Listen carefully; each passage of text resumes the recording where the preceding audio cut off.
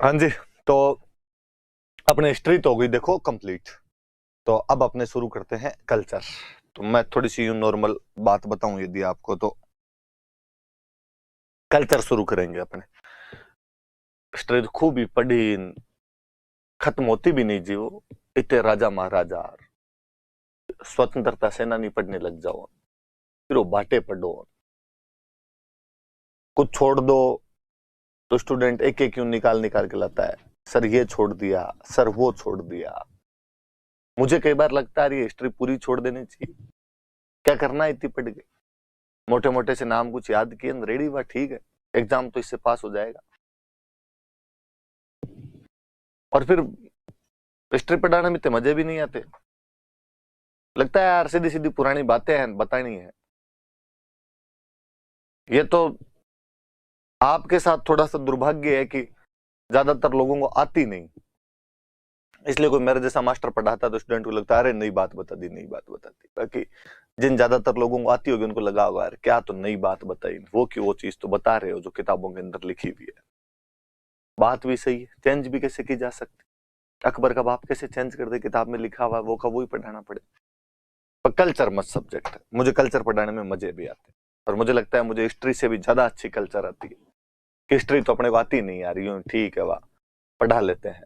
Culture में मुझे feel आता है कि हाँ यार कल्चर आती है, अपनी है, जनमानस की है, लोक की है, अपने लोक में आते हैं। साधारण जनता की तरह जो जीवन यापन किया हुआ तो उसमें अपन ने ये देखा है एकदम क्या चीजें होती है क्या नहीं होती है। तो ये मैं ज्यादा बेहतर तरीके से जानता हूँ, ज्यादा अच्छे तरीके से जानता हूँ। तो आप, मुझे लगता है शायद आप एंजॉय कर पाएंगे साथ में, जैसा लगे बताना आप उसके बारे में। महिला डिपार्टमेंट से ज्यादा उम्मीद कि उनको मेरे से भी ज्यादा अच्छी आती होगी, ये उन्हीं का सब्जेक्ट है। तो मैं यदि कुछ कम जानता हूं तो वहां बताने की कोशिश की जाए, यदि मैं कोई गलत बता दूं तो उसे सही करने की कोशिश की जाए, दोनों चीजें हैं। आज हम जो टॉपिक पढ़ेंगे, पहले तो हम कला और संस्कृति पढ़ेंगे।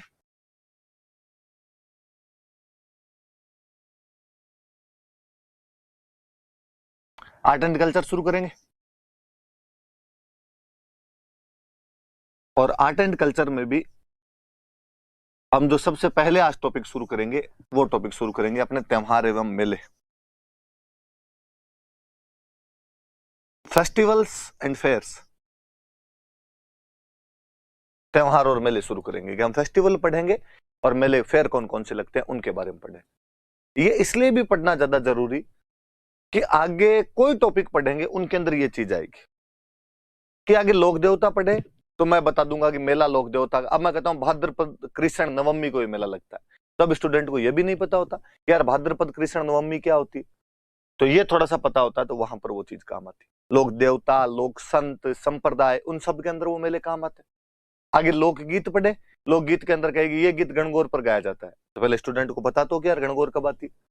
आगे कोई लोक नृत्य पढ़े, लोक नृत्य में ये लोक नृत्य तीज पे किया जाता है, तो तीज तो बताओ पहले। आगे जनजातियां पढ़ी तो जनजातियों में वापस वही चीजें। तो ये वाला टॉपिक लास्ट तक कैरी करता है आपको, लास्ट तक आपको लेके जाता है। तो हम यहाँ से शुरू करेंगे और खूब यूं एंजॉय करने वाला सा टॉपिक भी है, खूब मजे भी आएंगे आपको इस टॉपिक के अंदर। हालांकि नई चीज कुछ भी नहीं पता चलेगी, आपको सारी बातें आ रही होगी, तो इस वजह से थोड़ा और अच्छा लगता है। हमेशा जो चीजें आ रही होती है उनके अंदर क्या होता है, जो नहीं आ रही होती है ना उनमें तो वो तो मुझे लगता है कि बार इंप्रेशन झाड़ने वाली सी चीज होती है कि स्टूडेंट को आ नहीं रही और मैं कोई नई चीज बताता हूँ तो स्टूडेंट को लगता है हाँ यार ये वाली सर को आती है देखो, और सर का नॉलेज गजब है, वो वाली सी बात हो जाती है। पर यहाँ ज्यादा रिदम फ्रीक्वेंसी जब बराबर बैठती है ना, मैच बैठती है, जो मुझे आती है वो आपको भी आती है, फिर जो मैं बात कर रहा हूँ वो आपके एकदम एक्जैक्टली वैसे समझ में आती है, तो शायद टीचर को ज्यादा अच्छा लगता है अपने आप में। तो हम आज शुरू करेंगे त्योहार एवं मेले, ये टॉपिक शुरू करेंगे हम। वो है राजस्थान के त्योहार। आज पीपीटी बनाने वालों को थैंक यू, और इन्होंने खूब रंग बिरंगे किए आपके त्योहार में और बनाए पीपीटी के अंदर। तो आपका दुबई फेस्टिवल्स ऑफ राजस्थान है, राजस्थान के त्योहार है। इन्होंने पहले में एक लिखा कि त्योहार लिखते इन्होंने लिख दिया कि विक्रमी संवत। संवत का तो मतलब सन, ईयर। कौन सा ईयर? तो विक्रमी ईयर। मुझे जहां तक थोड़ा बहुत याद आता है, मैंने हिस्ट्री के साथ में थोड़ी चीजें बताई थी कि अपना जो विक्रमी कैलेंडर होता है ये अपने ईस्वी वाले कैलेंडर से 57 साल आगे होता है। कितने साल आगे चलता रहता है? 57 साल। कि ईस्वी वाला जब भी शुरू हुआ होगा उसे 57 साल पहले अपने विक्रमी वाला कैलेंडर शुरू हो गया था। इसका नाम विक्रमी क्यों? तो हम कहते हैं किसी विक्रमादित्य नाम के राजा ने इसको शुरू किया था। हिस्ट्री अभी तक एग्जैक्टली उस पॉइंट पर नहीं पहुंच पाई है कि वो विक्रमादित्य था कौन सा, क्योंकि अपने कई विक्रमादित्य हुए थे, पर यह श्योर है कि विक्रमादित्य नाम के किसी राजा ने एक कैलेंडर शुरू किया जो विक्रमी कैलेंडर कहलाता है। इन्होंने नीचे लिखा कि चंद्रमा आधारित था। हाँ, ये लूनर बेस्ड कैलेंडर है, चंद्रमा आधारित कैलेंडर है, चंद्रमा की गतियों पर आधारित है। कि जहां हम जो ईस्वी कैलेंडर है, ईसाइयों वाला जो कैलेंडर है, ये अपने सूर्य पर आधारित हम कहते हैं कि भाई 365 दिन का होता है ये, तो हम वो कहते हैं भाई पृथ्वी सूर्य का चक्कर किस प्रकार से काटती है उस पर आधारित है ये अपने चंद्रमा जो है पृथ्वी का चक्कर किस प्रकार से काटता है उस पर आधारित ये कैलेंडर बनाया हुआ विक्रमी कैलेंडर।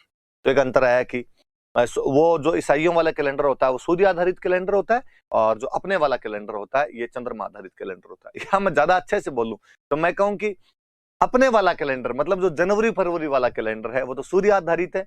मम्मी का कैलेंडर जो कि चैत बैसाख वाला होता है वो चंद्रमा आधारित होता है। और मैं और कहूं कि अपने वाला कैलेंडर मतलब जनवरी फरवरी वाला कैलेंडर, मम्मी वाला कैलेंडर जो कि चैत बैसाख वाला कैलेंडर है उसे 57 साल पीछे है। मम्मी अपने से 57 साल आगे है, चैत बैसाख वाला कैलेंडर अपने से आगे है। तो आप इस बात को यूं भी समझ सकते हैं अपने आप में। तो चंद्रमा आधारित कैलेंडर होता है। तो सुनना थोड़ी बात, ये जो चंद्रमा आधारित कैलेंडर होता है इनके अंदर जो महीना होता है वो 29.5 दिन का होता है। 29.5 दिन का एक महीना होता है। और इसीलिए हम अक्सर कई बार वो सुनते रहते हैं कि छठ सातम बेड़ी है, कि छठा दिन और सातवां दिन दोनों एक साथ आके इकट्ठे आ गए। बेड़ा मतलब इकट्ठे आ गए। कई बार आप पढ़ते हो कि आठम 2 है, कि भाई एक ही तिथि को 2 बार गिन लिया जाना चाहिए। तो वो इस आधे दिन वाले चक्कर को पूरा करने के लिए ऐसा किया जाता है, वरना वो 29.5 दिन का महीना मैनेज कैसे किया जाए। तो या तो किन्हीं 2 को कई बार एक साथ जोड़ लेते हैं, कई बार एक को 2 बार गिन लेते हैं, तो राउंड फिगर के अंदर करने के लिए। इसमें यदि आप 12 महीनों में दिन देखेंगे तो दिन आएंगे 354 दिन आते हैं। उधर सूर्य वाला कैलेंडर होता है, अपने जानते हैं कि उसके अंदर 365 दिन होते हैं, वो 365 दिन का साल होता है, और ये जो होता है ये 354 दिन का साल होता है। मैं लगभग राउंड फिगर में वापस बात करूं तो मैं कहूं कि इन दोनों के बीच में 10 दिन का गैप है। कि मम्मी वाला कैलेंडर मतलब चैत बैसाख वाले कैलेंडर में 354 दिन होते हैं, अपने वाला कैलेंडर मतलब जनवरी फरवरी वाला जो कैलेंडर है इसमें 365 दिन होते हैं। मतलब अपने वाला कैलेंडर और मम्मी वाले कैलेंडर के बीच में 10-11 दिन का डिफरेंस रहता है। राउंड फिगर में बात करें तो 10 दिन का डिफरेंस रहता है। मतलब एक साल के लिए विक्रमी कैलेंडर और ईसाइयों वाला कैलेंडर मतलब ईस्वी कैलेंडर, जनवरी फरवरी वाला कैलेंडर दोनों मिलाए जाएं तो विक्रमी कैलेंडर में 10 दिन कम पड़ जाएंगे, शॉर्ट पड़ जाएंगे। 2 साल में मिलाए तो आप कहोगे 20 दिन कम पड़ गए सर। मैं कहूं 3 साल में मिलाए तो आपने कहा सर 1 महीना कम पड़ गया। मतलब 3 साल में विक्रमी कैलेंडर में ईसाइयों वाले कैलेंडर में 1 महीने का गैप आ जाता है। ये कैलेंडर 1 महीने पीछे हो जाता है, विक्रमी कैलेंडर 1 महीने पीछे हो जाता है। अपने डोकरे इस मामले में बड़े सियाने थे और उन्होंने कहा ना ना पीछे तो भाई साहब आज होने दिन कल होने दे।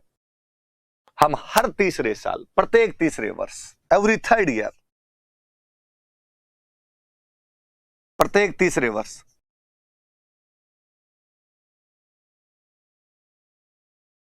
एक महीना अतिरिक्त जोड़ देंगे, 1 एडिशनल मंथ। और ये जो अतिरिक्त महीना जोड़ा जाता है इसको अपने बोलते हैं अधिक मास।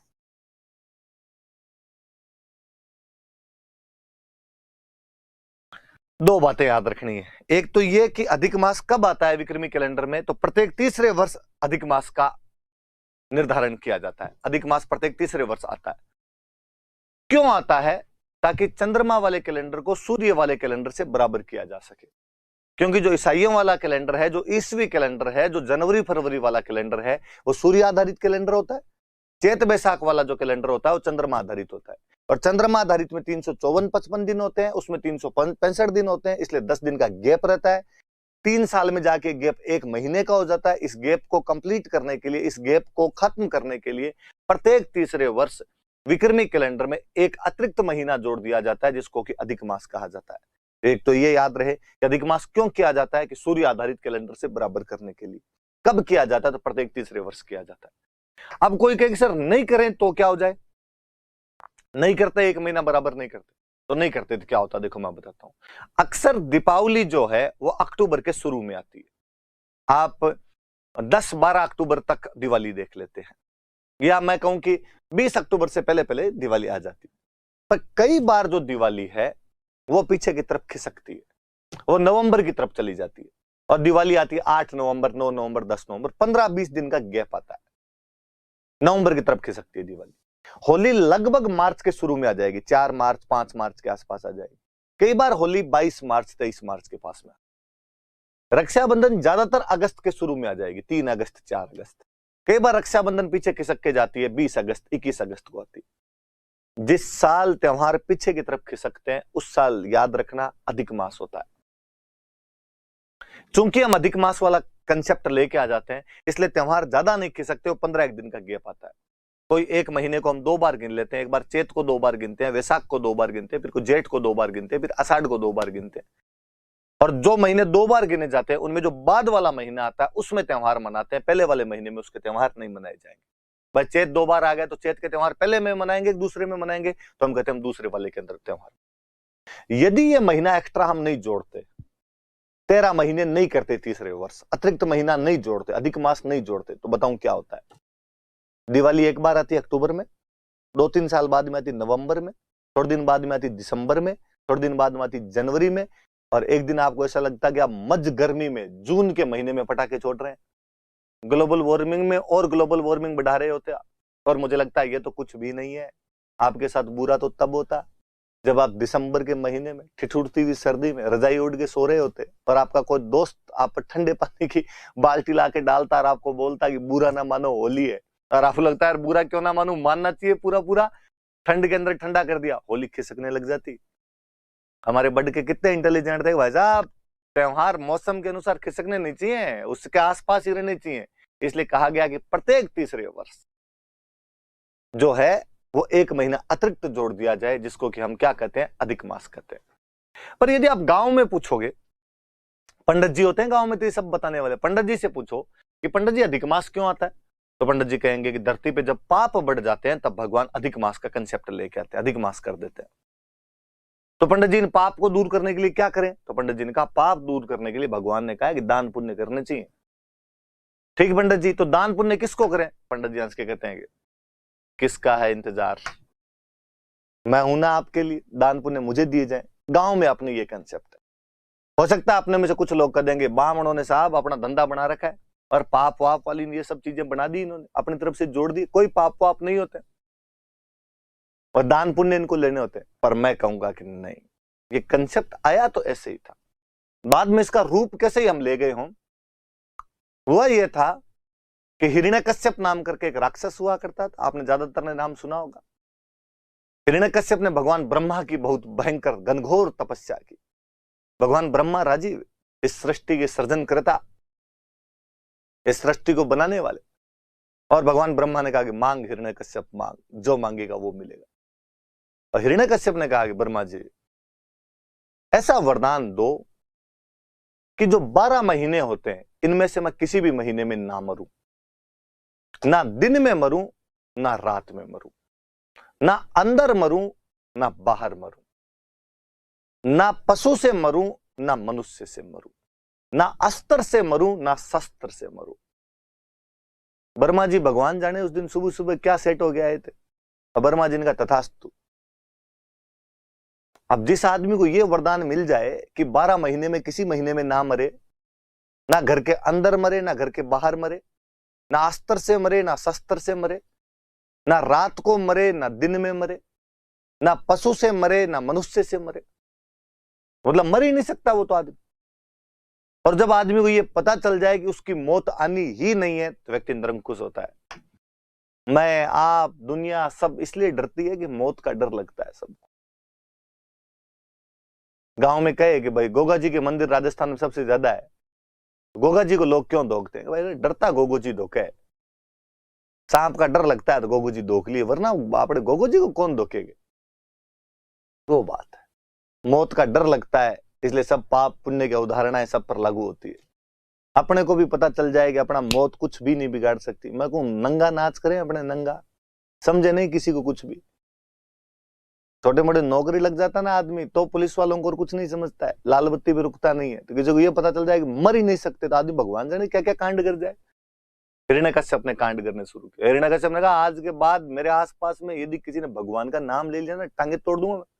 किस बात का भगवान, क्या कर लेगा तुम्हारा भगवान? होनी को कौन रोक सकता है, होनी को कौन डाल सकता है। उस हिरण्यकश्यप के घर में जो हिरण्यकश्यप कहा करता था कि भगवान का नाम नहीं लिया जाएगा, हराम है भगवान का नाम लेना, मैं किसी को लेने नहीं दूंगा, उसके घर में बच्चा जन्मा प्रहलाद, भगवान विष्णु का सबसे बड़ा भक्त प्रहलाद। सुबह शाम केवल भगवान विष्णु की रट लगा, इसके अलावा कुछ नहीं।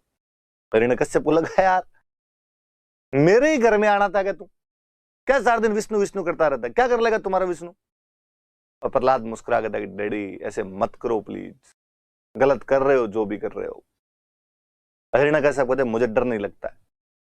मैं उन कहानियों में नहीं जाना चाहूंगा जो आपने भी बचपन से सुनी होगी कि प्रहलाद को कई प्रकार के कष्ट पहुंचाने चाहे हिरण्यकश्यप ने, लेकिन प्रहलाद के कुछ भी नहीं बिगड़ा। कभी उसे कोई गर्म खंबे से लिपटवा दिया गया, कभी उसे होलिका आग में लेकर बैठ गई। चमत्कार को नमस्कार है, प्रहलाद हर बार बच जाया करता। एक दिन उस प्रहलाद की चित्कार भगवान विष्णु वैकुंठ लोक में शेषनाग की सैया पर बैठे हुए मां लक्ष्मी के पास में सुनी उन्होंने आवाज। उन्होंने कहा अरे भक्त कौन चिल्ला रहा है, कौन तंग कर रहा है इसको?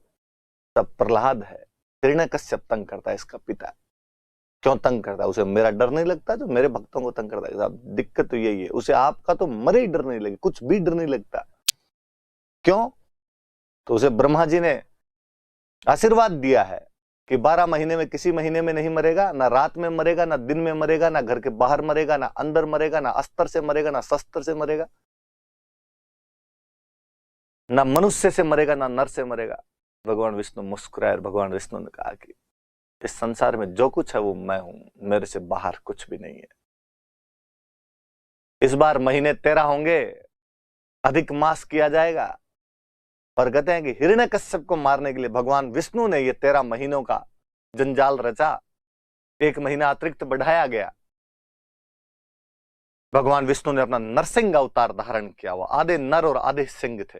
उसने यही कहा था ना मनुष्य से मरूं ना पशु से मरूं। इस बार लो आधा आधा दोनों, ना रात में मरूं ना दिन में मरूं। गोधूली बेला जब दिन जा रहा होता है, निशा आ रही होती है, ना घर के अंदर मरूं ना बाहर मरूं, गेट के बीचों बीच, देहरी पे, ड्योढ़ी पे, ना अस्त्र से मरूं ना शस्त्र से मरूं। अस्त्र वो जो हाथ में रख कर चलाए जाए, शस्त्र वो जो फेंक कर चलाए जाए। भगवान विष्णु ने कहा मैं नाखूनों से चीर दूंगा। नाखूनों को ना अस्त्र में गिना जाए ना शस्त्र में गिना जाए।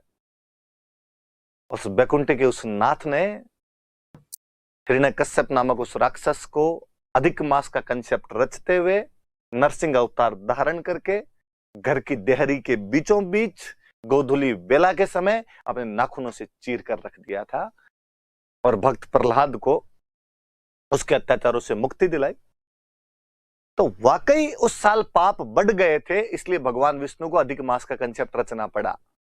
तो हिरण्यकश्यप की वजह से पाप बढ़ गए थे, इसलिए अधिक मास लेके आए थे। तो लाए तो अधिक मास उसी वजह से थे। फिर धीरे धीरे परंपराएं बन जाती। और हम कहते हैं कि नहीं साहब इस महीने में पाप बढ़ जाते हैं, इसलिए हमें दान पुण्य करने चाहिए। अक्सर अपनी मम्मियां इन महीनों के अंदर कुछ ना कुछ दान पुण्य करती हुई मिल जाएगी। जिसकी जैसी श्रद्धा उस हिसाब से दान पुण्य किए जाए। तो याद रहे अपने भी कि विक्रमी कैलेंडर को ईस्वी कैलेंडर के बराबर करने के लिए, वास्तव में तो ईस्वी नहीं, मैं यूं कहूं चंद्रमा वाले कैलेंडर को सूर्य वाले कैलेंडर से बराबर करने के लिए प्रत्येक तीसरे वर्ष एक अतिरिक्त महीना जोड़ दिया जाता है, जिसको कि अधिक मास कहते हैं। अपने इतनी याद रखने वाली बात है। बाकी वाली चीज मैंने सुना दी, कहानी सुना दी, आपके भी याद रहनी चाहिए। आगे बढ़ते हैं अपने, मैं इससे आगे की थोड़ी सी बात बताता हूं। अच्छा चलो, मैं इसमें आगे महीनों के नाम होंगे, मैं फिर उससे आगे बताता हूं। ये विक्रमी संवत के महीने, संवत मतलब ईयर, वापस ये मंथ है भाई। इंग्लिश वालों ने इंग्लिश नहीं लिखी थोड़ी सी, फिर कोई इंग्लिश वाला कहेगा कि हमने कौन सी मोरनी की बातें मारे हैं। मैं लिख दूं कि मंथ्स ऑफ विक्रमी ईयर, कि विक्रमी जो कैलेंडर होता है उसमें कौन कौन से महीने होते हैं। ज्यादातर के नाम आपको याद होंगे। इंग्लिश वाले अपने थोड़े से इनके आगे अपनी वाली स्टाइल लगा देते हैं। चैत्र को चैत्रा बोल देते हैं, वैशाख को वैशाखा बोल देते हैं।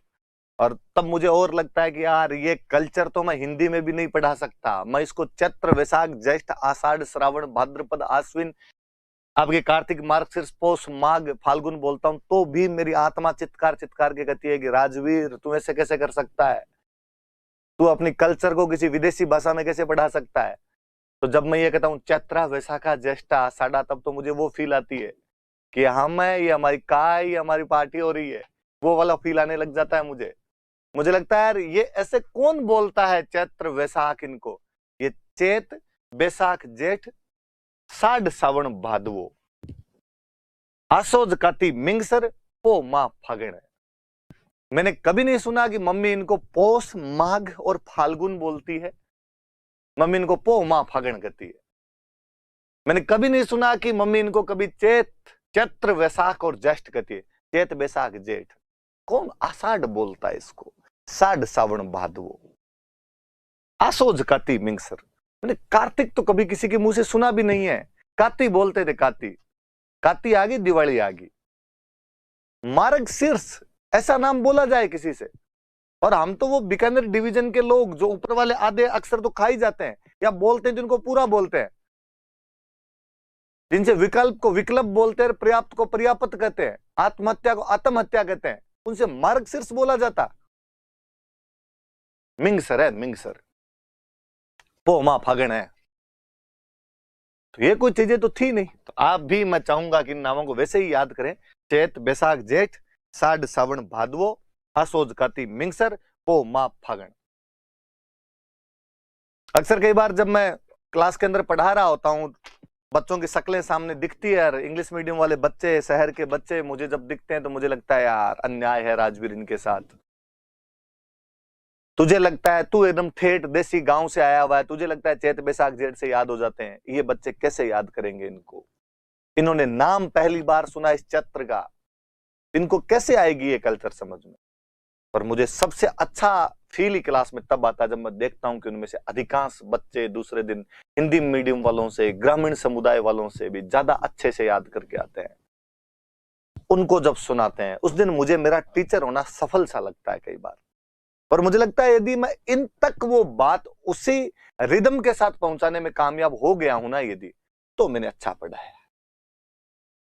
यदि त्योहार और मेले भी मैंने इन बच्चों को याद करवा दिए ना, इसका मतलब मैं सही पढ़ा रहा हूं, फिर कहीं कोई गड़बड़ नहीं रह रही है अपने में। तो आप भी, मुझे लगता है कि शायद इंग्लिश मीडियम वाले जो भी होंगे तो इस चीज को थोड़ा सा फील करेंगे कि आप इसी प्रकार से पढ़ने की कोशिश करेंगे, तभी ये हो पाएगा अपने आप में। तो ये महीनों के नाम है, मैं वापस बताता हूं। वापस देखिए, पहला महीना कौन सा है? पहला महीना चैत्र है। किसी भी महीने में दो पक्ष आते हैं,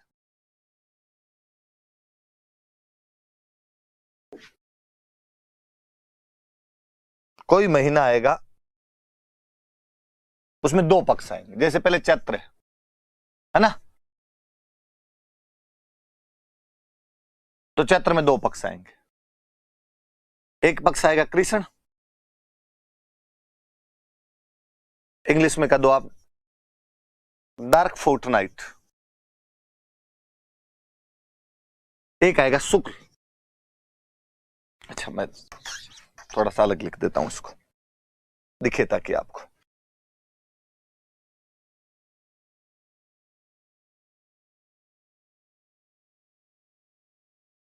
आप व्हाइट फोर्टनाइट लिखो, ब्राइट फोर्टनाइट लिखो, जो भला लगे वो लिखो आप। कृष्ण पक्ष मतलब जिसमें चांद नहीं दिखता, 1 से 15 दिन। शुक्ल पक्ष मतलब जिसमें चांद दिखता है, 1 से 15 दिन। इसमें चांद नहीं दिखता है, उसमें चांद दिखता है। इसका जो 15वां दिन आएगा उसको आप अंग्रेजी वाले बोलते हो न्यू मून, हिंदी वाले कहते हैं अमावस्या। ठेठ कोई गांव का होगा तो कहेगा सर क्या अमावस्या, अमावस्या मावस है, मावस तो मावस है। उधर पंजाब साइड में सिख बोला करते थे मस्या आ गई, मस्या तो मस्या है उनकी। ये 15वां दिन आएगा, चांद पूरा दिखेगा। अंग्रेजी वाले कहेंगे सर फुल मून है ये तो एकदम। हिंदी वाले कहेंगे सर पूर्णिमा है। ठेठ गांव वाला फिर कहेगा सर पुण्य है, पुण्य पूनम है। तो पहले 15 दिन चांद नहीं दिखता, 1 से 15। फिर 15 दिन चांद दिखता है 1 से 15। मतलब ये 16वां नहीं होता है, 15-15 दिन के 2 पखवाड़े होते हैं।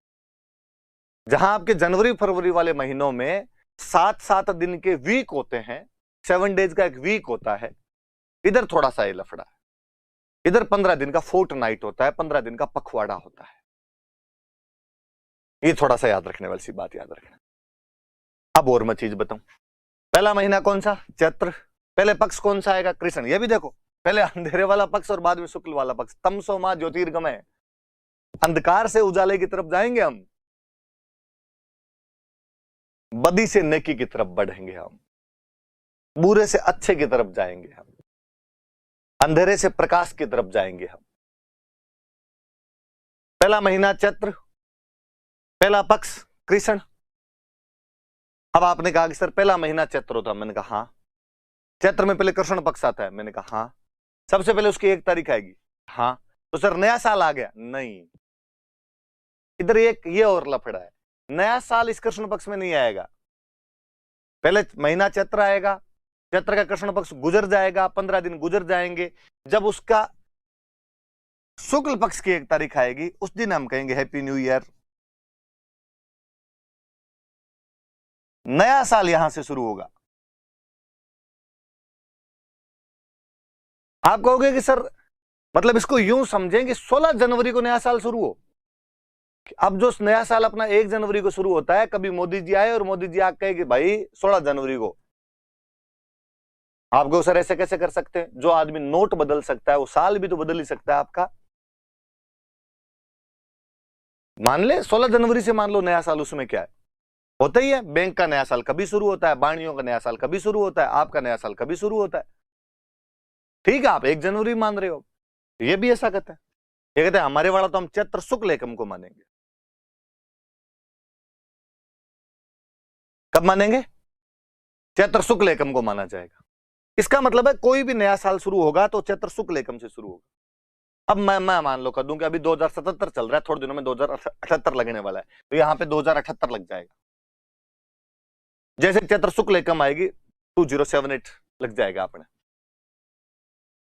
अब शुक्ल एकम, ये शुक्ल पक्ष निकला, इसके बाद क्या आएगा? वैशाख, ज्येष्ठ, आषाढ़, श्रावण, भाद्रपद, आश्विन, कार्तिक, मार्गशीर्ष, पौष, माघ, फाल्गुन, क्या चलता रहेगा? 2078।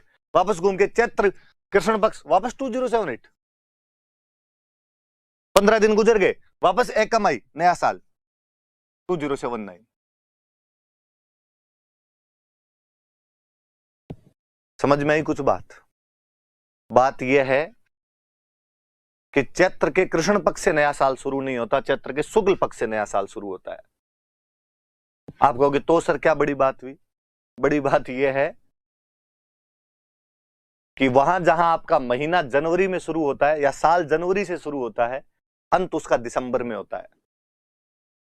यहां साल शुरू भी चैत्र में होता है, अंत भी चैत्र में होता है। तेरे नाम से शुरू, तेरे नाम पे खत्म। शुरू कर रहे हैं तब चैत्र शुक्ल एकम है, खत्म करेंगे उस दिन चैत्र अमावस्या होगी। और इसका मतलब यह है कि चैत्र के बाद वाले 15 दिन साल के शुरू में आएंगे, शुरू वाले 15 दिन साल के लास्ट में आएंगे। इसका मतलब यह है कि चैत्र का महीना एक ही साल में 2 टुकड़ों में बंटा हुआ आएगा। उसके पहले 15 दिन साल के सबसे एंड में आएंगे, उसके बाद के 15 दिन साल के सबसे शुरू में आएंगे। बाकी पूरी रामायण का लेना देना यह है कि कोई पूछे कि विक्रमी कैलेंडर का नव वर्ष कब आता है, तो उसको बोलना है कि चैत्र शुक्ल एकम, कि चैत्र शुक्ल एकम को नव वर्ष आता है। अंग्रेजी वाले चैत्र शुक्ल एकम लिखेंगे तो मुझे लगता है ज्यादा अच्छा रहेगा, पर यदि आपको अंग्रेजी का ही प्रयोग करना है तो लिखना first bright day of Chaitra. First है ब्राइट फोर्ट नाइट है चैत्र का, first bright day of Chaitra है। और एक बात पर और जाता हूं मैं। आपने कहा सर अब समझ में आ गई हमारी बात कि पहला महीना चैत्र होता है, पहला पक्ष कृष्ण होता है, पर कृष्ण पक्ष की 1 तारीख को नया साल नहीं आता है, नया साल शुक्ल पक्ष की 1 तारीख को आता है। समझ गए सर? हम पूरी बात समझ गए। मैं कहूंगा कि हम पढ़ेंगे त्योहार। तो आपने कहा हाँ तो सर ठीक है, चैत्र शुक्ल एकम से त्योहार शुरू हो जाएंगे। मैंने कहा नहीं नहीं नहीं नहीं नहीं, इधर फिर इनका कंसेप्ट चेंज हुआ। इन्होंने कहा हमारा पहला त्योहार जो है वो तो छोटी तीज है। पहला त्योहार कौन सा है? छोटी तीज। छोटी तीज को हम तो पहला त्योहार मानते हैं। तो हमने पूछा सर ये छोटी तीज कब आती है? तो हमने कहा कि ऐसे ऐसे चैत्र, वैशाख, ज्येष्ठ, आषाढ़, श्रावण एक महीना आएगा, 5वां महीना का। ठीक है। फिर श्रावण में कृष्ण पक्ष आएगा। हाँ ठीक है, उसमें कुछ भी नहीं। फिर आएगा शुक्ल कि ठीक, ब्राइट। फिर उसके 1 तारीख, 2 तारीख और 3 तारीख तीज है। हिंदी में लिखो तो तृतीया, अंग्रेजी में लिखो तो third bright day of Shravana.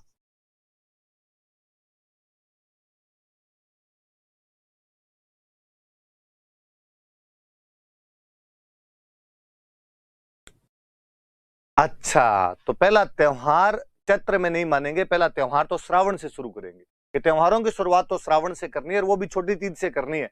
और छोटी तीज कब आती है? श्रावण शुक्ल तृतीया। अब कोई पूछे कि हिंदू त्योहारों की शुरुआत कहां से होती है? छोटी तीज, वह कब आता है? श्रावण शुक्ल तृतीया। या कोई पूछ ले कि हिंदू त्योहारों में पहला त्योहार कौन सा है? छोटी तीज, वो कब आता है? तो श्रावण शुक्ल तृतीया। फिर अंतिम, अंतिम हमने कहा गणगौर। अंतिम त्योहार गणगौर है। गणगौर के बाद हम कहेंगे त्योहार खत्म हो जाए। और गणगौर कब आएगी? ये उस पहले महीने में आ जाएगी, चैत्र में आ जाएगी। ऐसे चैत्र आएगा, उसका शुक्ल पक्ष आएगा, उसकी जो तृतीया आएगी वो गणगौर है। दोनों में तृतीया है, दोनों में शुक्ल पक्ष में। जहां तृतीया है इसका मतलब पार्वती मां की पूजा हो रही है। जहां पर भी तीज बोले, तृतीया बोले, इसका मतलब पूजा किसकी कर रहे हैं? मां पार्वती की पूजा की जा रही है। ये बात भी याद रहे कि तृतीया या तीज का मतलब पार्वती है, तो इसका मतलब वहां पे पार्वती की पूजा की जा रही है। तो अच्छा, साल की शुरुआत भले ही चैत्र से होती हो, पर त्योहारों की शुरुआत तो श्रावण से करनी पड़ेगी आपको। उल्टा चैत्र में तो हमारे त्योहार खत्म हो जाएंगे। सर्किल ऐसे घूमेगा, त्योहारों वाला सर्किल ऐसे घूमेगा। मम्मी अक्सर कहती रहती है गांव में, तीज त्योहारा बावड़ी न लेडू भी गणगौर। तीज त्योहारा बावड़ी, लेडू भी गणगौर। एक शब्द है इसमें बावड़ी।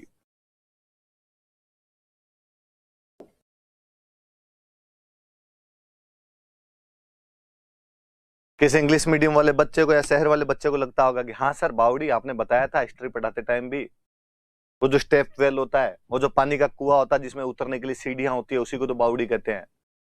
मैं कहूंगा ना मुन्ना ना, यहाँ अलग है थोड़ा सा। एक शेखावटी भाषा का शब्द है जिसका मतलब होता है वापस आना। गांव में अक्सर कोई आदमी दूर जा रहा होता है, वापस बुलाना होता है, कहता बावड़ जा, मतलब वापस आ जा। यहाँ बावड़ी है, बोलने में थोड़ा चेंज है, वो बावड़ी है, यहाँ बावड़ी है। तीज त्योहारा बावड़ी, तीज त्योहारों को वापस लेके आती है। ले डूबी गणगौर, गणगौर उनको लेके डूब जाती है। लाइन कहती है कि तीज से त्योहारों की शुरुआत होती है तथा गणगौर पर जाकर त्योहार समाप्त हो जाते हैं। मुझे याद आता है कि 2010 में मेंस था और क्वेश्चन पूछ लिया आरपीसी ने कि तीज त्योहारा बावड़ी ले डूबी गणगौर, इस पंक्ति का अर्थ स्पष्ट कीजिए। ठेठ हमारे जैसे को देसी खांटी थे जिनको और कुछ आता ही नहीं था, ये तीज त्योहारा बावड़ी सुने थे बचपन से, वो लिख के आगे कि हिंदू त्योहारों की शुरुआत छोटी तीज अर्थात श्रावण शुक्ल तृतीया से होती है तथा उनका अंत गणगौर अर्थात चैत्र शुक्ल तृतीया पर होता है। Hindu festivals are started from Chhoti Teej और एंड उनका जाके एंड विद गणगौर, कि गणगौर पर जाकर खत्म हो जाते हैं। तो देसी लोग थे वो तो लिख के आगे, शहर वाले बच्चों के, हमारे साथ वालों कई होंगे दिक्कत, कई तो अजीबोगरीब आंसर लिख के आगे। मेंस में खाली लाइनें पड़ी होती, कुछ ना कुछ लिखना होता है वहां पर आपको, फिर किसी ने लिख दिया तीज नामक लड़की की दोस्त गणगौर थी, दोनों एक दिन बावड़ी पर गई। बावड़ी पानी का एक कुआं होता है जिसमें नीचे उतरने के लिए सीढ़ियां होती है। गणगौर तीज को लेकर डूब गई, दोनों सहेलियां डूबकर उसमें मर जाती है। किसी राजस्थानी कहानी की ये पंक्तियां हमें याद दिलाती है कि छोटी बच्चियों को अकेले बावड़ी पर नहीं भेजना चाहिए। आप ऐसे मत करना, आप इस पंक्तियों का अर्थ जानना कि तीज त्योहार बाउडी लेडू भी गणगौर का मतलब है कि तीज के साथ त्योहार शुरू होते हैं, तीज त्योहारों को वापस लेकर आते। तीज कौन सी? छोटी तीज। छोटी तीज कब आती है? श्रावण में। श्रावण में कब आती है? तो शुक्ल पक्ष की तृतीया को।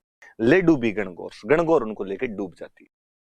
गणगौर के साथ में त्योहार खत्म हो जाते हैं। कभी और ध्यान रखना, तीज गणगौर ये सब पार्वती माता होती है, पार्वती माता की सवारी निकालते हैं, सवारियों का तालाब में विसर्जन करके आते हैं बाद में। गणगौर के साथ में त्योहार डूब जाते हैं, तीज के साथ में त्योहार वापस शुरू होते हैं। सिंपल सा इस लाइन का अर्थ ये था। अब आगे, अब हम त्योहार पढ़ते हैं।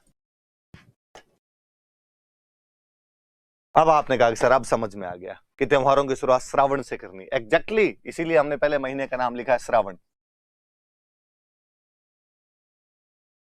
आपने कहा सर छोटी तीज से करनी है और वो शुक्ल पक्ष में आता है। हाँ, इसीलिए हमने कृष्ण पक्ष को खाली छोड़ रखा है कि बाद में देख लेंगे कृष्ण पक्ष में क्या आता है क्या नहीं आता है। एक बार तो त्योहारों की शुरुआत की जाए, और त्योहारों की शुरुआत कहां से की जाए? तो छोटी तीज से की जाए। इंग्लिश में भी एग्जैक्टली छोटी तीज लिखना है इसको, कोई स्मॉल थर्ड डे टाइप का कर मत लेना कुछ कि आपको लगे यार ये लिख देते हैं, नहीं छोटी तीज ही लिखा जाना चाहिए। तो तृतीया को छोटी तीज। अपने काम की बात कि छोटी तीज सबसे अच्छी कहीं पर यदि मनाई जाती है तो जयपुर। आपसे कोई पूछेगा कि छोटी तीज कहां की फेमस है, बिना सोचे समझे बताना कि सर छोटी तीज है वो जयपुर की प्रसिद्ध है। आपको पूछेगा कि हम छोटी तीज मनाते क्यों हैं, मैं कहूंगा छोटी तीज हमारे पति पत्नी के प्रेम का त्योहार है। पति पत्नी के प्रेम का त्योहार है।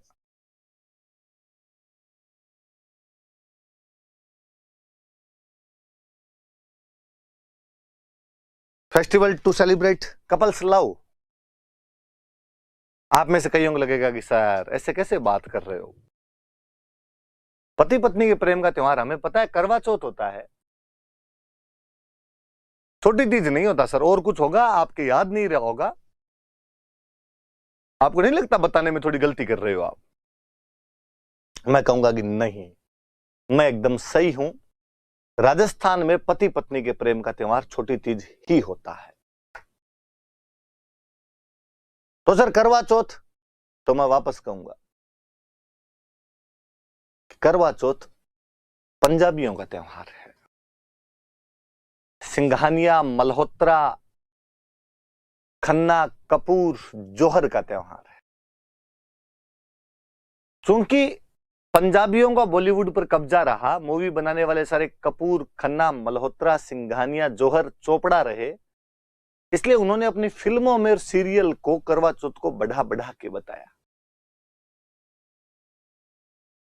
इसलिए करवा चौथ पूरे भारत में पॉपुलर हो गई, और आजकल सबको लगता है कि पति पत्नी के प्रेम का त्योहार करवा चौथ है। वरना लो बात आई तो मैं और बताऊं, चौथ किसी भी एक साल में 24 आती है। कितनी चौथ आएगी? 24 चौथ आएगी। 12 चौथ कृष्ण पक्ष में, 12 चौथ शुक्ल पक्ष में, 12 अंधेर पक्ष अंधेरे वाले में, 12 चानन पक्ष चंद्रमा वाले में। शुक्ल पक्ष में 12 की 12 चौथ के लिए कहा जाता है कि इनका चांद नहीं देखा जाना चाहिए। गांव में कहानियां होती है कि शुक्ल पक्ष का यदि चांद कोई देख लेता है तो चोरी का आरोप लग जाता है। इसलिए शुक्ल पक्ष में कभी कोई चतुर्थी आ ही नहीं सकती। आपसे कभी कोई क्वेश्चन पूछ ले कि तिल चतुर्थी कब आती है, आपको नहीं पता कब आती है, पर नीचे ऑप्शन देख लेना, यदि किसी में शुक्ल लिखा हुआ है तो काट देना, बिना सोचे समझे काट देना कि चतुर्थी कभी शुक्ल में आ ही नहीं सकती। एकमात्र अपवाद हम पढ़ेंगे गणेश चौथ, जो शुक्ल पक्ष में आएगी। इसके अलावा कोई भी चतुर्थी कभी भी शुक्ल पक्ष में आएगी ही नहीं। तो चतुर्थी हमेशा कृष्ण पक्ष में आएगी। तो आपने कहा कि ठीक है सर, यदि शुक्ल पक्ष में गणेश चतुर्थी वाले अपवाद को छोड़ दें तो शुक्ल पक्ष में चतुर्थी आ ही नहीं सकती। तो 24 में से 24, 12 तो उधर वाली निकल गई, इधर केवल 12 बची, तो मतलब कृष्ण पक्ष वाली चतुर्थी आ सकती है। मैं कहूंगा हाँ, और कृष्ण पक्ष वाली जो 12 चतुर्थी आती है, चौथ जो आती है 12, गांव में महिलाएं 12 की 12 चौथ की पूजा करती है। वरना बैसाख, साढ़, काती और माँ, ये वाली 4 चौथ बड़ी होती है और इनकी तो सारी महिलाएं ही रख लेती। तो ज्यादा धार्मिक हो तो 12 की रख लेती है, वरना इन 4 चौथ को तो बड़ी चौथ माना जाता है, इनकी तो रख ही ले। उनमें जो कार्तिक वाली चौथ आती है वो करवा चौथ आती है। करवा चौथ को व्रत रख लिए जाते हैं सामान्य, जैसे बाकी चौथ के व्रत रखे जाते हैं, करवा चौथ के रख लो। मैंने तो कभी गांव में कोई ताम झाम देखा नहीं। और मैं बताऊं, शुक्ल पक्ष वाली मैं बात बताऊं, फिर मैं वापस इस पर आऊंगा। कभी गांव में छोटे थे तो मम्मी दूज का चांद पकड़ पकड़ के दिखाया करती, द्वितीया का चांद जबरदस्ती पकड़ पकड़ के दिखाया जाता था, इधर आ दूज का चांद देख। और अक्सर तो मुझे याद आता है कि चांद देखते ही नहीं थे, हाथ जोड़ के वो गीत सा और गाया करते थे, चांद मामा घाबा दे, नया नया घाबा दे। कईयों को लगेगा घाबे क्या होते हैं, कपड़े, कपड़ों को घाबे कहते हैं। और चूंकि कपड़े मामा ही दिलाया करते थे, मम्मी ननिहाल जाती 12 महीने में एक बार, तब नए कपड़े आते थे। पापा का ये कर्तव्य नहीं होता था कि आपको कपड़े दिलाएं, क्योंकि पापा के कपड़े भी ननिहाल वाले ही बेचते थे, अपने ननिहाल वाले ही पापा कपड़े बेचते। तो पापा किसके कपड़े दिलाएंगे? पापा अपने बुआ जी को, अपने बुआ के बेटों को, उनको कपड़े दिलाएंगे। सब अपने ननिहाल से ही कपड़े लेके आते, इसलिए बच्चों को लगता कि कपड़े मामा जी दिलाते हैं, चांद मामा है, इसलिए चांद मामा घाबा दे, नया नया घाबा दे। दूज वाले दिन हाथ जोड़ते उसके आगे। पर मम्मी चौथ वाले दिन सुबह सुबह कहती, छोरो आज चांद मत देख लेना रे, और आज चांद देख लिया ना तो चोरी का आरोप लग जाएगा। भगवान कृष्ण पे लग गया था कि उन्होंने सैमंतक मणि चुराई है, क्योंकि उन्होंने चौथ का चांद देख लिया था। केवल इस वजह से कलंक लग जाता है चौथ का चांद देखने से। पर बचपन में जिन चीजों के लिए मना किया जाता, उन चीजों को करने में ज्यादा मजे आते हैं। और उस दिन शाम को चांद, वरना तो पता ही नहीं चलता चांद कब आया और कब चला गया। उस दिन शाम को धीरे धीरे देखते, पर यूं देखते। एक आधा भाई बहन खोड़ला होता, मम्मी को बताऊंगा, मम्मी को बताऊंगा, कई बार तो पिटाई और हो जाती।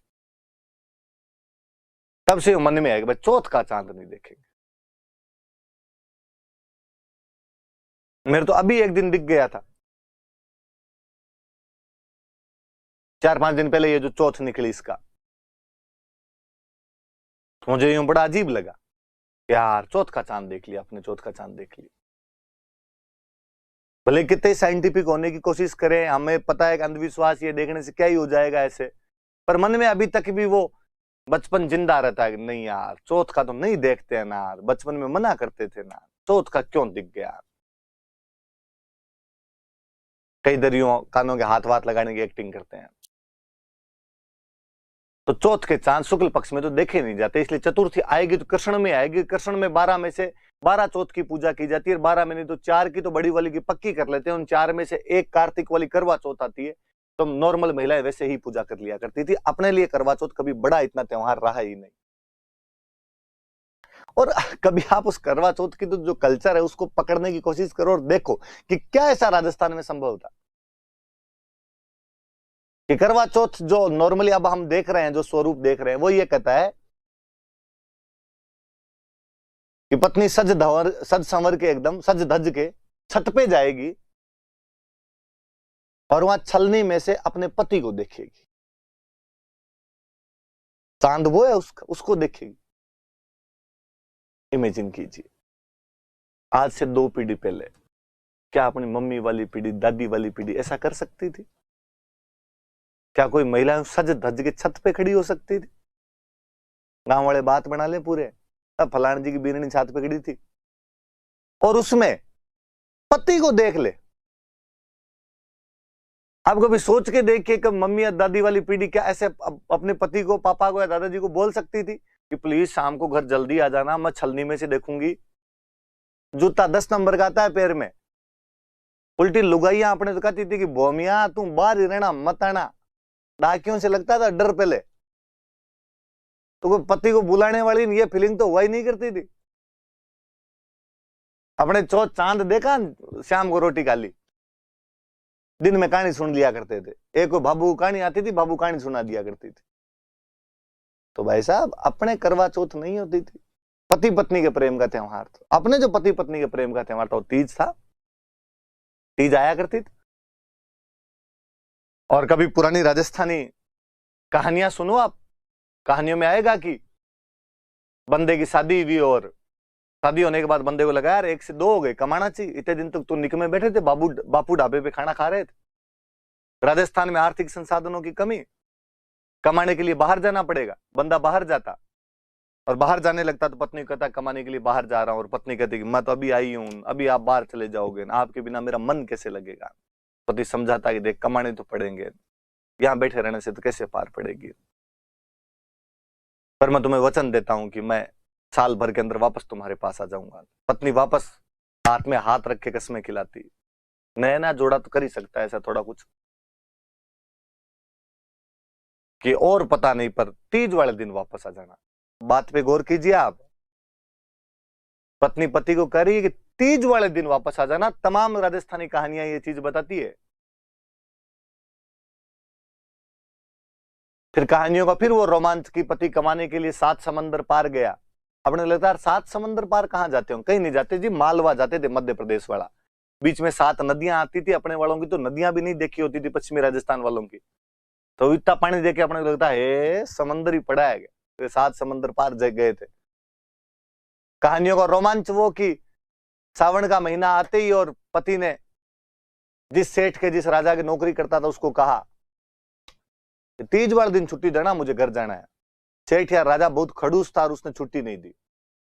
दूज वाले दिन तो पति ने कहा छुट्टी दो तो ठीक, वरना मैं यूं ही जाऊंगा, क्योंकि मैं पत्नी को वचन दे के आया था कि मैं तीज वाले दिन शाम को तेरे से मिल लूंगा आके।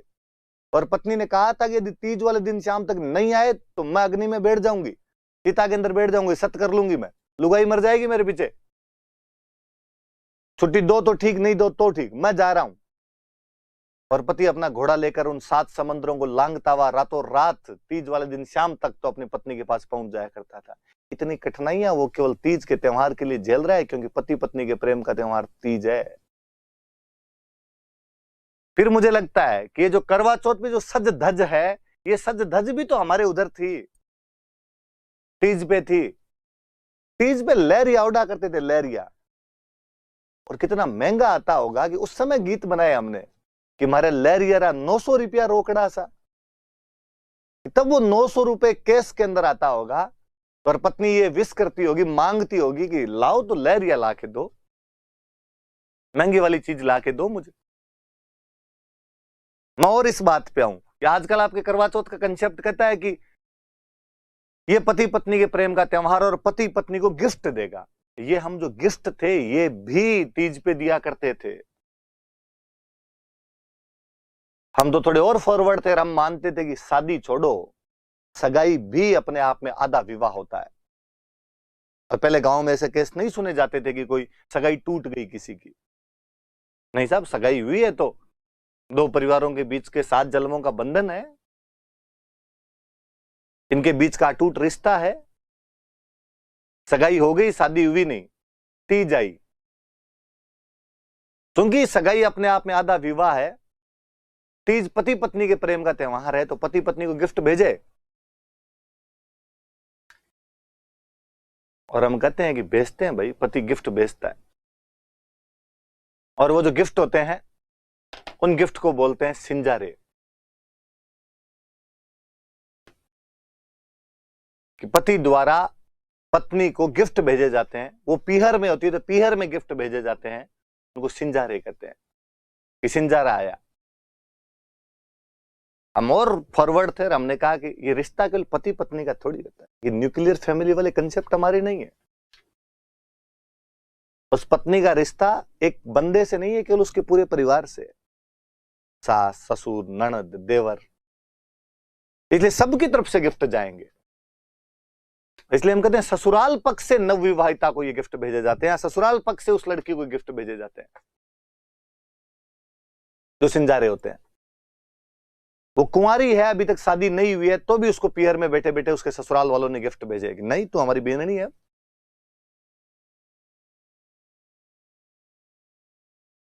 थोड़े दिन बाद उसकी शादी हो गई। शादी होने के बाद में वापस श्रावण आया, हमने फिर कंसेप्ट गढ़ा और कहा पहले श्रावण में सास बहू साथ नहीं रहेगी, और पहले श्रावण में सास बहू साथ रहे तो सास पे भार आता है, इसलिए बहू को पीहर भेज दो। इसलिए बहू को पीहर भेज दिया जाता, बीननी को पीहर भेज दिया जाता है। अब चूंकि बीननी पीहर है, श्रावण में तीज आएगी, पति पत्नी के प्रेम का त्योहार है, वापस गिफ्ट भेजे जाए, इसलिए वापस गिफ्ट भेजे जाते हैं, वही सिंजारे भेजे जाते हैं। इसलिए अक्सर गांव में सुनने को मिलता है, एक कुंवारो सिंजारो है ना एक परिणेड़ो सिंजारो है। एक जो कुंवारी थी तब इसके गिफ्ट आए थे, एक जब वो शादी होके आ गई तब उसके गिफ्ट आए थे। फिर चूंकि अगले सावन से वो अपने वहीं रहती है, तो बाद में इतना आदान प्रदान अपने को देखने को मिलता नहीं। तो सिंजारे कब आए? तीज पे। लहरिया कब ओढ़े? तीज पे। पति 7 समुद्रों को लांघता हुआ कब आया? तीज पे। पत्नी ये धमकी कब दे कि तुम नहीं आए तो मैं अग्नि के अंदर प्रवेश करके सत कर लूंगी? तीज पे। इसका मतलब पति पत्नी के प्रेम का त्योहार तीज है। करवा चौथ है त्योहार, तो जितना तीज है उतना नहीं। इसलिए हे लड़कियों, तुम पर यह महती जिम्मेदारी है कि केवल इस कल्चर को पढ़ाई के लिए नहीं पढ़ना है, एग्जाम पास करने के लिए नहीं पढ़ना है। मैं नहीं कहूंगा आपसे कि करवा चौथ मनानी बंद कर दी जाए, मनाई जाए, धूमधाम से मनाई जाए, पर तीज बंद नहीं होनी चाहिए। तीज करवा चौथ से ऊपर वाला महत्व रखनी चाहिए। यह हमारा परंपरागत त्योहार है, यह पति पत्नी का त्योहार है। करवा चौथ हमने बॉलीवुड से सीखा है। इस बॉलीवुड ने कई कांड करवाए हैं अपने। राजस्थान में लड़कियों के शादी के बाद सरनेम चेंज नहीं हुआ करते थे।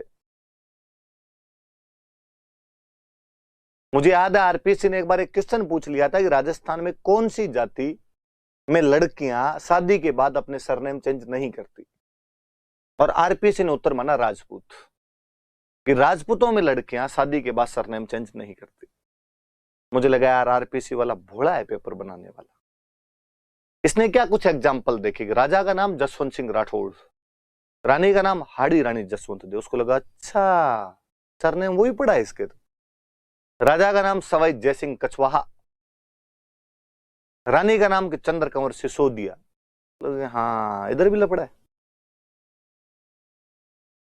राजा का नाम कि राज सिंह सिसोदिया, रानी का नाम कि चारुमती राठौड़। और उसने कहा कि हाँ राजपूतों में लड़कियां शादी के बाद अपना सरनेम चेंज नहीं करती। उसने क्वेश्चन पूछ लिया। मैं कहूंगा कि यदि वो हमारे गांव में जाके किसी भी जाति या धर्म के अंदर पूछता तो डोकरियां बताती कि मारो गोत ओ है, अंको गोत ओ है। अंको मतलब पति वालों का गोत्र ये है, मेरा गोत्र तो वही है। मैं कहूं आज भी घर पे दादी जी बैठे, उनसे पूछ लेना कि तुम्हारा गोत्र क्या है। यदि आप वाला बता दे तो आप जैसे कहो वैसे करें, तो करके देखना, पहले इस्तेमाल करें फिर विश्वास करें।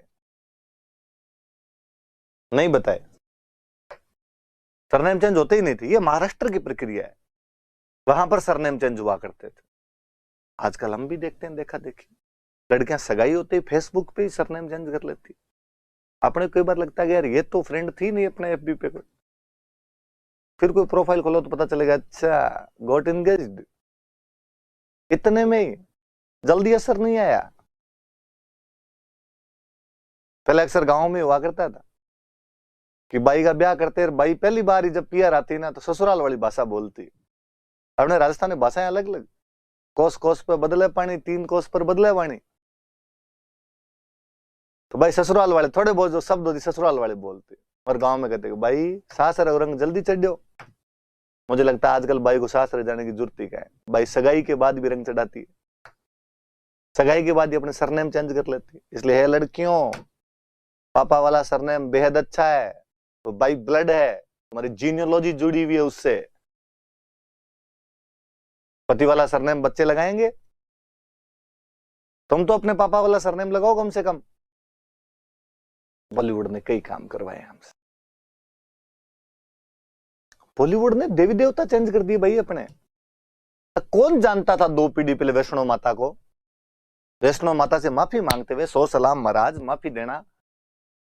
पर 2 पीढ़ी पहले वाले को पूछो अपने राजस्थान में वैष्णो माता का नाम भी सुना था क्या? कोई गया था क्या तुम्हारी 7 पीढ़ियों में भी वैष्णो माता की? करणी माता, जीर्ण माता, शीला माता, जमवाई माता, चामुंडा माता, आई माता भरी पड़ी थी अपने यहाँ पे। एक पंजाबी आए, गुलशन कुमार जी, पंजाबियों की देवी मां वैष्णो है, पहाड़ों के अंदर है, पंजाब के पास में, वो जाया करते थे। उन्होंने जब गाने बनाए, गुलशन कुमार जी ने जब गाने बनाए, वो तो अपनी माता जी के बखान करेंगे, उन्होंने वैष्णो माता जी गाने बनाए। पूरा राजस्थान जा रहा है उधर, पूरा नॉर्थ इंडिया जा रहा है उधर। और मुझे लगा यार वहां से हम कई कंसेप्ट और सीख के आ गए। पंजाबी बड़े एनर्जेटिक लोग होते हैं और जाते हुए जोर जोर से नारे लगाते, जोर से बोलो जय माता दी, आगे वाले जय माता दी, पीछे वाले जय माता दी। मुझे लगता है ये तो अपने तो होता ही नहीं है। अपने तो मंदिर जाते हैं तब कहते चुप, बोलेगा नहीं अगर कोई, बड़े हैं सामने देवी देवता, उनके सामने चरचर चरचर करते रहते हो, तुम चुप रहो, मोबाइल साइलेंट करके जाते हैं। मुझे कई बार बड़ा अजीब लगता है कि मैं देशनो करणी माता मंदिर में गया हुआ होता हूँ और वहां पे कोई लड़कों का ग्रुप आता है, यहाँ चुपचाप माँ की भक्ति कर रहे होते हैं, माँ को याद कर रहे होते हैं, और कोई जोर से आगे बोलता है, जोर से बोलो सच्चे दरबार की, करणी माता की। मुझे कई बार उन बच्चों को समझाने का जी करता है कि बच्चों नहीं, अपने वाली जो मम्मी है, अपने वाली जो माता है, ये शोरगुल पसंद नहीं करती है, नाराज हो जाएगी। फिर कई बार लगता है कि यार बच्चे कह देंगे कि नहीं सर, नहीं भैया, माता कभी कुमाता नहीं हो सकती, मम्मी अपने बच्चों पे कभी नाराज नहीं हो सकती, शोरगुल करेंगे तो भी वो नाराज नहीं होगी। तो मुझे वापस उनको कहने का जी करता है कि जिस भाषा में तू जय बोल रहा है, ये भाषा माता को नहीं आती। ये जय माता दी, ये दी वाला जो वर्ड है ना, ये पंजाबी है। अपने वाली जय माता जी, जय माता की, जय माता री है। तू जोर से बोलो जय माता जी, जय माता की, जय माता री बोले तो समझ आएगा। पंजाबी नहीं आती करणी माता को, जीवन भर देशनों की रही थी, बीकानेर में रही थी, डोगरी के पल्ले नहीं पड़ेगी ये वाली भाषा। प्लीज मत बोल। बॉलीवुड क्या क्या नहीं करवाए हमसे। वैष्णो माता जाना उनके होता है जिनको मनाने होते हैं हनीमून। घर वालों को सीधा कदे हनीमून मना के आना है, तब तो आज भी पश्चिमी राजस्थान में तो उल्टा लटका के चमड़ी छोले कोई। तो कहा कि बेचारे लड़की का नाम लेके, और कहा लड़के ने जाके पापा के मम्मी के पास मुंह बनाते हुए कहा, भोला बनते हुए कहा। ये जब 12वीं में पढ़ती थी तब इसके जात बोली हुई थी कि जोड़े से वैष्णो माता की जाके आएंगे। घर वाले इन जात से न बड़ा डरते हैं कि बोली हुई मन्नत और नहीं जाए तो लफड़ा हो सकता है। घर वाले कहते सो सलाम महाराज, वैष्णो माता की जाके आओ, दोनों कहाँ है, सिक्कर पड़ेगी कि झुंझुनू पड़ेगी? कहा ना ना, है तो कश्मीर, इतना दूर कैसे जाओगे? अब देख लो, जाना ही पड़ेगा, क्या है। घर वाले रुपए देते हैं कि जाओ। कौन जानो रामदेव रट, जानो चोटीला धाम, किसको जाना वैष्णो माता यहाँ देखने गुलमर्ग और सोनमर्ग। वैष्णो माता का नाम है बेचारी का, पर माता जी सब कुछ जानती है। उसके नाम पे जो जो कांड किए जा रहे हैं ना, डोकरी सब एकदम वही है जी। माता कुमाता नहीं हो सकती। दो गति कोई नहीं बच्चों, मेरे नाम पे भी एंजॉय कर लिया तुमने, कोई बात नहीं है। तो ये तीज है भाई, अपना पति पत्नी के प्रेम का त्योहार। अपने पति पत्नी के प्रेम का त्योहार करवा चौथ नहीं है। तो तीज कब आती है? तो श्रावण शुक्ल तृतीया को। सबसे अच्छी कहाँ हो? तो जयपुर के अंदर हो। किसका त्योहार है? तो पति पत्नी के प्रेम का त्योहार है। जो गिफ्ट आते हैं उनको क्या कहते हैं? सिंजारा कहते हैं। याद रहे, तो प्रीलिम्स में क्वेश्चन पूछेगा कि तीज के अवसर पर नवविवाहिता को मिलने वाले गिफ्ट क्या कहलाते हैं? सिंजारा। लफड़ा तो तब होगा जब वो ये पूछ लेगा सिंजारा क्या होता है। और नीचे ऑप्शन आएंगे, ग्रासिया महिला के नाक का आभूषण, बाड़मेर जिले का सुदूरवर्ती एक गांव, मूंग की एक किस्म, नवविवाहिता के लिए आने वाले उपहार। आपको लगेगा मूंग हो सकता है, मूंग फसलों में कोई नई किस्म आ गई होगी। मोदी सरकार ने कहा होगा किसानों की आय दुगनी करेंगे, इसलिए मूंग थोड़े अच्छे भेजेंगे, सिंजारे वाले मूंग भेज दिए होंगे कोई। नहीं, नवविवाहिता के लिए आने वाले गिफ्ट हैं। और याद रखना कि कौन सी ओढ़नी ओढ़ी जाती है? तो ओढ़नी का नाम है लहरिया। लहरिया के कपड़े पहने जाते हैं, लहरिया ओढ़नी ओढ़ी जाती है। चलिए प्लीज लड़कियों, तीज वाले दिन सब लहरिया ओढ़ना, गिफ्ट मंगवाना तो भी कहना कि लहरिया ला के दिए जाए। और मैं बताता हूं, ये छोटी तीज प्रकृति प्रेम का त्योहार है।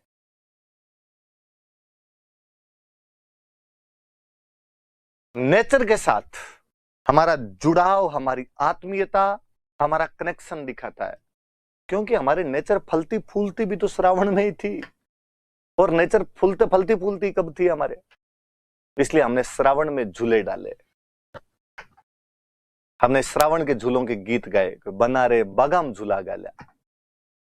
मुझे और लगता है कि अपने वाले कितने इंटेलिजेंट थे। पश्चिमी राजस्थान वालों के बाग दूर दूर तक ही नहीं थे, खेजड़ी पे झूले डाले थे, पर गीत में गाया हमने कि बना रे बागाम झूला गाला।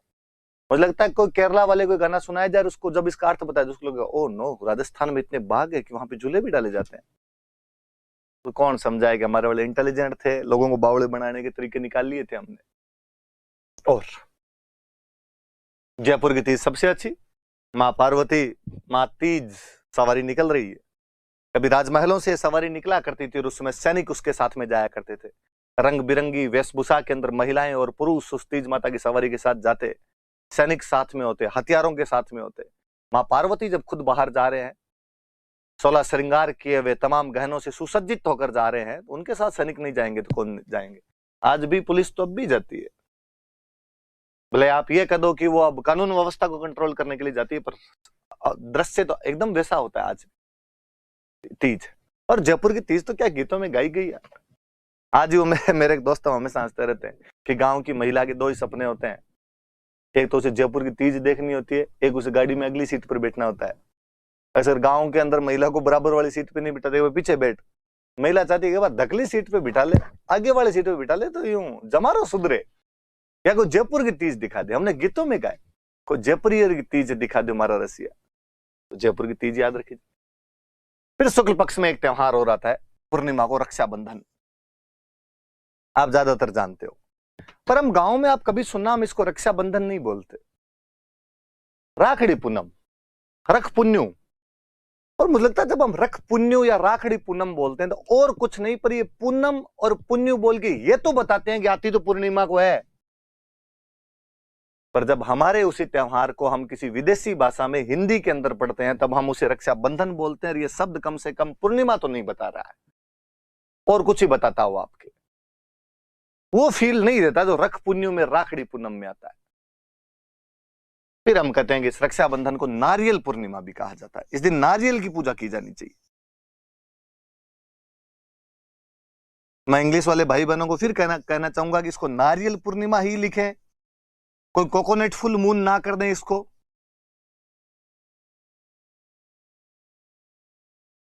ये नारियल पूर्णिमा ही है। कभी घरों में देखा हो तो जब विधि विधान से रक्षाबंधन मनाते हैं तो बाकायदा हाथ में नारियल दे के फिर बहनें राखी बांधती है। ये नारियल पूर्णिमा है। हम इस दिन श्रवण कुमार की पूजा करते हैं।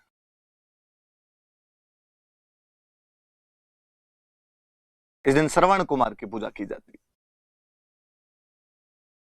आप में से ज्यादातर लोगों ने श्रवण कुमार की कहानी सुनी होगी कि एक आज्ञाकारी पुत्र जो अपने अंधे माता पिता को तीर्थ यात्रा कराने के लिए लकड़ी की एक कावड़ बनाकर उनको घुमाता हुआ फिरता है।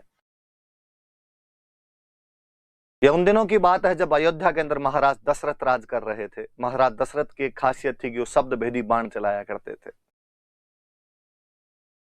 और महाराज दशरथ ने उस दिन सरयू नदी के किनारे अपना मचान लगाया और कहा कि रात्रि के समय में जब जंगल का कोई जानवर इस सरयू नदी के अंदर पानी पीने के लिए आएगा, और जैसे वो अपना मुंह डालेगा, छपाक की आवाज के साथ मैं तीर चलाकर उस जानवर का शिकार कर लूंगा।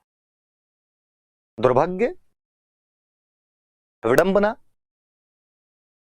कि उस दिन जंगली जानवर की जगह वह आज्ञाकारी पुत्र श्रवण कुमार अपने अंधे माता पिता के लेकर वहीं आसपास कहीं ठहरा हुआ था। और अंधे माता पिता को जब रात्रि को प्यास लगी तो अपना बर्तन लेकर उस सरयू नदी से पानी लेने के लिए आया।